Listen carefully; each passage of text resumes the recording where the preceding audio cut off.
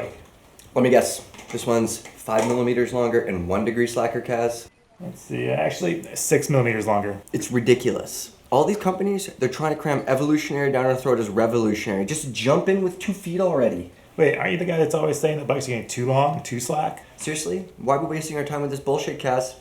I'm gonna make an enduro bike. I'm gonna make it slack and long. It's gonna be like it's from the future. You're gonna make an enduro bike? Yeah, I'd like to see that.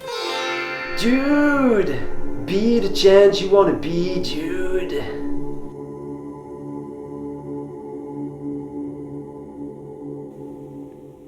Do you guys remember that old guy that used to work for Pinkbike a few years ago? He went over to Taiwan to look into this. And we're gonna use this to start our own brand. So what would that cost? 250. 250? 50 US dollar. You've got to factor that in. It's not a case of coming here with your suitcase of cash and saying, make me some bikes. So how hard can it actually be, right?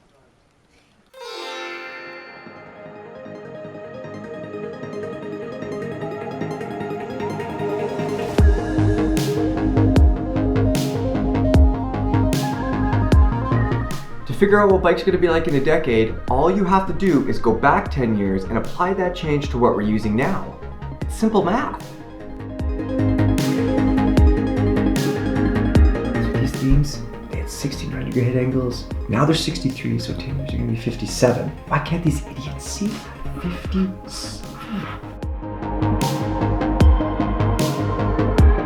So long, it's so slack. So many water bottle bosses. I'm getting hydrated just thinking about it.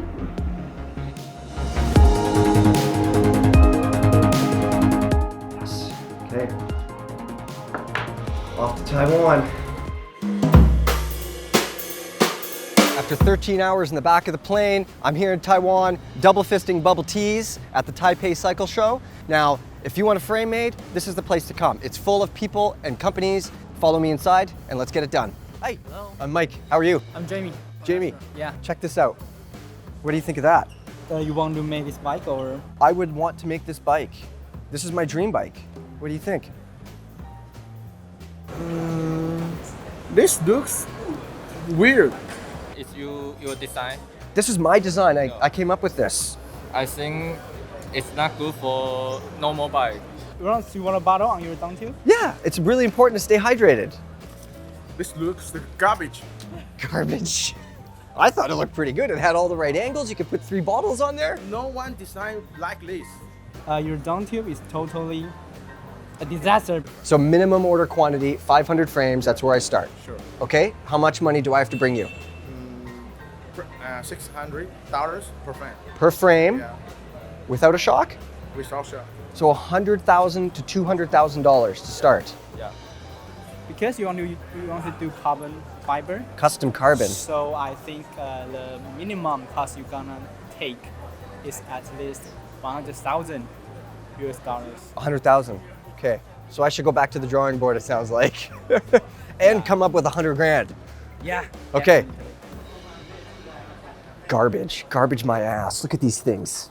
This thing is the f***ing future. How slack it is. It's got all those f***ing water bottles in it. I'm gonna find somebody. So I've just got back to the hotel room after spending all day walking around the Taipei Cycle Show talking to frame manufacturers. And you know what? It's not looking very good. Not only do they not like my frame design, they also don't like the suspension design. So we're back here and I need some advice. So I'm gonna call up some industry experts and get exactly that. Hey, Cesar. Hey, how are you doing? So I'm in Taiwan right now, and I'm trying to get my dream bike made. Like, we came here, I've got a drawing, you know, I know the general idea. I've gone to a few factories, and I'm having a hard time finding somebody who wants to make my bike. And I've heard that you kind of went through the same process, and you ended up actually deciding to make your bikes in Spain. Yeah, right. I mean, for us, for sure, for a small brand, it's hard to start in Taiwan. It's a lot of investment there and minimum quantities and all that. It's doable, but still for us, it was a matter of doing ourselves and learning the process. So it was not actually the pain of going to Taiwan because it ended up being more pain doing it here. Mm-hmm. But anyway, still, like, we know it's a big struggle. I mean, the difficult part of all this is that the know-how is in Asia. It's not here with me, that's for sure. Okay, so would you do it again though? Let's go back to where you started. Would you do it again? I mean, being honestly, I would say I would probably like make a couple, like, you know, we went with 5 bikes. We're just finishing the last model like in this week. So Yeah. took us like long time. So being honest, I would definitely do 1 or 2 of the models here ourselves to like kind of learn. But I would have probably done 1 or 2 in Asia and then switch, you know, slowly into completely manufactured in Barcelona. Okay, all right. So it sounds like what I should do is maybe stick to Taiwan manufacturing, see if I could find somebody there and see what I come up with. It's probably not going to end up being that dash that you made, but it'll be fun anyway. Yeah, for sure. Yeah. For sure. All right, Cesar, thank you for your help, man. I'll let you know how it goes. Hey, Mike, what's up? Hey, Dave, how's it going? Good, buddy. What are you doing? Here I'm trying to make my dream bike, and the suspension design that I came up with, I'm getting a lot of no's from the people here. This looks like garbage. It's a high pivot dual link with a chain idler design, but I don't think it's going to work. So basically, I'm wondering if you could help me with the suspension design. So I'm looking for something long travel, but 180 millimeters. So obviously like enduro-y, all mountain intentions. You know, I would like it to be a high pivot and idler because that's the way that all the fast bikes seem to be going. Amen. Yeah, but I don't know where to start. I don't have a clue here. You know, normally with a fab shop, with a really good fab shop, you know, you can build some aluminum test mules, and that might take you about a year to get to the point where you're ready to start actually designing your bike. It's like 50 to 75K per iteration of just like being able to go and ride test this thing. What about patent protection? Is that going to be important to your company? I haven't even thought of it, but I think I would like the design to be exclusive to me, wouldn't I? Doesn't that make the most sense? You're talking a minimum of $300K US dollars for worldwide protection at a low level. It's a super expensive prospect, but for exclusivity, you pay. Dave, I'm going to be honest with you. All those numbers are much higher than I expected. Yeah, it's real. That's those what it is. Those are big numbers. I think those are real numbers. Like, you can spend more. Yeah. And, you know, it kind of depends. You got to kind of decide what you want. Okay, Dave, I've got some thinking to do about this. Thank you for your help. I'll let you know how it goes. My pleasure. Good luck, Mike, man. Take care, Dave. See you later. Okay, so I just got off Skype calls with Cesar Rojo of Uno and Dave Weagle of a hell of a lot of suspension designs, and they've given me some great advice. Some things are good, some things are bad. Dave said I need a ton of money to start, probably 500K. I don't have any money. Cesar recommended sticking to Asia for the manufacturing. So I think what all that means is we're gonna have to start thinking about catalog frames. Well, we're here in Taipei for the Taipei Cycle Show, so let's head back into the show, see if we can find some interesting catalog frames that might work for what we want. I've drank about 10 bubble teas, and I've been shut down about 10 times. But we have one more place to stop, and that's Genio. They're a smaller outfit. They produce about 40 to 50,000 frames a year, compared to other places that do hundreds of thousands, but they're known for their quality frames. Hi. Hi. Hey, I'm Mike. Kelvin. Nice to meet you, Calvin. What are you gonna show me? Well, it's my bike design. Nobody else seems to like it. I'm hoping you can make it for me. Okay. Let's have a look. Let's have a look. Are you ready? Yeah. Wow. What do you think? Give it to me straight. Wow, this looks I put my heart and soul. Oh. The setting is quite extreme and very forward thinking. And 3 water bottles. Gotta stay hydrated. Wow, that's something pretty unique, yes. Can you help me with this? Yeah, we can have a try, but there's a lot going on. There is. All right, let's sit down, let's talk about this. Show me what you got. When a new brand doesn't have the engineering resources to design a bike from scratch, like me, they buy an open model catalog frame.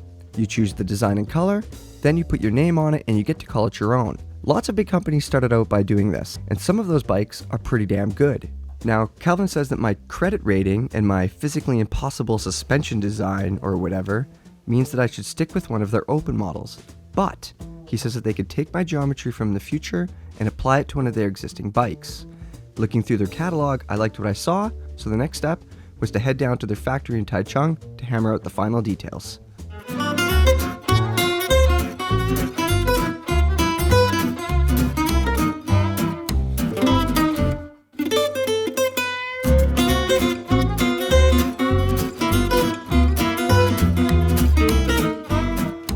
Welcome to Taichung, a couple hundred kilometers south of Taipei. Now, I thought I'd show up at that trade show and be able to get my own crazy carbon fiber mountain bike made, but it turns out there were a lot of problems with my design. But we've talked to Genio, and it sounds like they could do something for us and use that crazy geometry that we want. We're gonna head to their factory and have a look at how it's made, but first, another bubble tea. We've taken a short Uber ride up into the hillsides of Taichung to get to Genio. They do a lot of cool one-off projects exactly like ours. Let's go in and have a look at our own special project.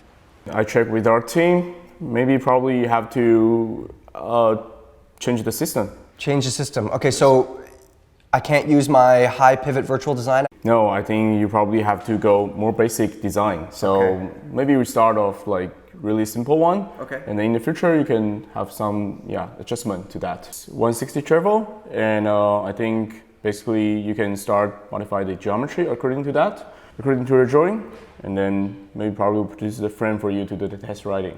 All right, can I see one of these frames? Yes, sure. Okay. I'll bring you one. Oh, this looks nice. Okay, so we could put my geometry on this frame. Yes. How long does that take? Should I hang out for a few days or? No, it takes 8 weeks. 8 weeks. So it turns out that me showing up in Taiwan and expecting to have my dream frame made like that were pretty far-fetched. I had no idea what I was getting into, and not only is the process much more expensive than I thought, it's also much more complicated. Now, Genio is going to take care of all the design and the test work for me, and 8 weeks from now, that frame is going to show up in Canada. As for me, I'm about to load up on sleeping pills, jump on the back of a jet, and head off back to Canada as well. All right, everybody, moment of truth. The frame showed up just a few hours ago. We're going to rip this box open, see what we've got. Here we go. Sure, it's not quite what I set out to make, but finally getting to see the frame in person was surreal. It didn't come with English assembly instructions, but it went together smoothly and I had less bolts left over than you'd expect. To build it up, we went with some forward-thinking parts from E13, TRP, OneUp, and SRAM. To keep the futuristic theme going, we wanted a zero offset fork, but nobody wanted to make one for us. Weird. For the drivetrain, I can see the writing on the wall, and no, it does not have a silly gearbox. We used to have 27 speeds, then we had 20, and now we have 12. Obviously, the future is less gears, so I went with SRAM's wide-range 8-speed e-bike drivetrain. And, it's not going there, it's not going, oh shit. It needs a name, doesn't it? And bike names need to be aggressive, don't they? Sick, evil, Slayer. But I also love donuts and I'm fishing for a Tim Hortons sponsorship. So there it is, the Grim Donut, the future. Just look at it. I don't know why these idiots couldn't design this. It's so simple. I should probably test ride this thing before I order thousands of them on the Pinkbike credit card. The Grim Donut lives. Here we are. This is the first time I've ridden this thing all built up. I'm just about to drop in. I haven't even sat on this bike yet. Let's give it a go. Oh boy. Oh. You know, it feels so slack that it's almost like the fork might not work. It feels like it might want to do that. I have no idea what is going to happen here. Wearing the helmet, of course. Let's drop in.